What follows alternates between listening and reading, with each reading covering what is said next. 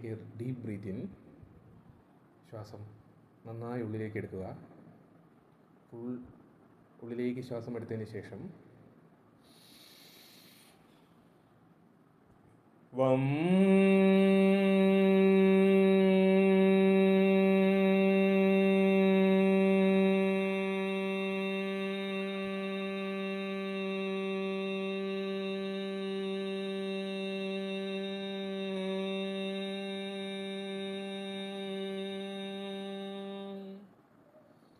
ഇതുപോലെ ബീജമന്ത്രം ഉരുവിടുമ്പോൾ ശ്വാസം പുറത്തേക്ക് പോകുന്നതിനനുസരിച്ച് എത്രമാത്രം നിങ്ങൾക്ക് ആ ശ്വാസം പോകുന്നവരെ മന്ത്രം ഉരുവിടാവോ ആ സമയം വരെ ഉരുവിടുക.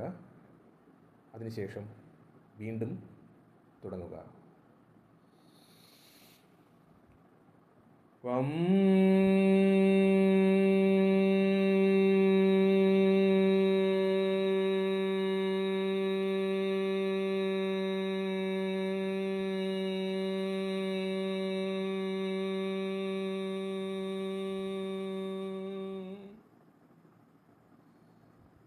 ഇതുപോലെ 3 മിനിറ്റ് മിനിമം വരുന്ന രീതിയിൽ ബീജമന്ത്രം ഉരുവിടാവുന്നതാണ്. മിനിമം സമയം മാത്രമാണ് പറഞ്ഞത്.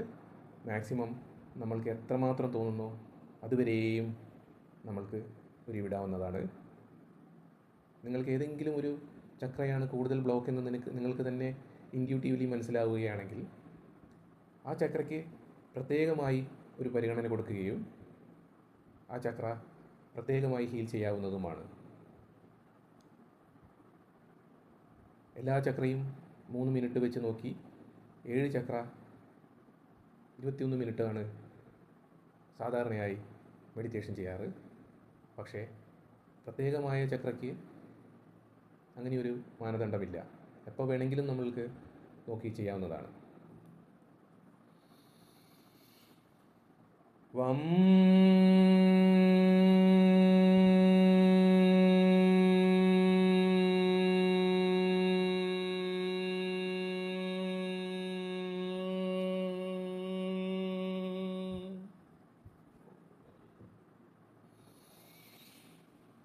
വം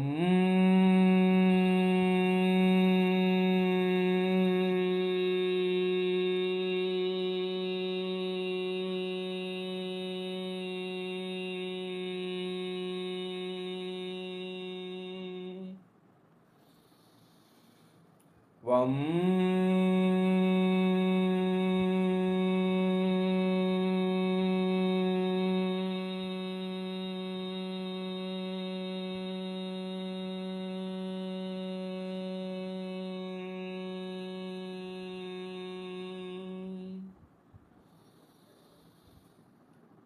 വം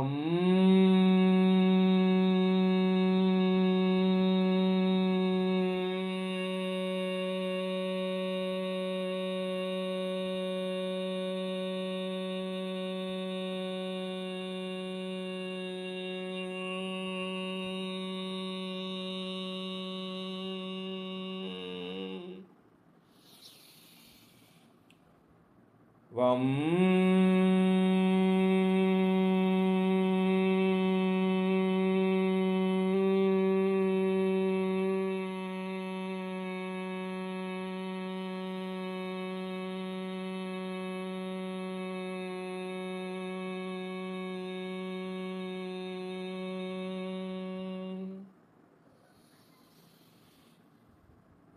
വം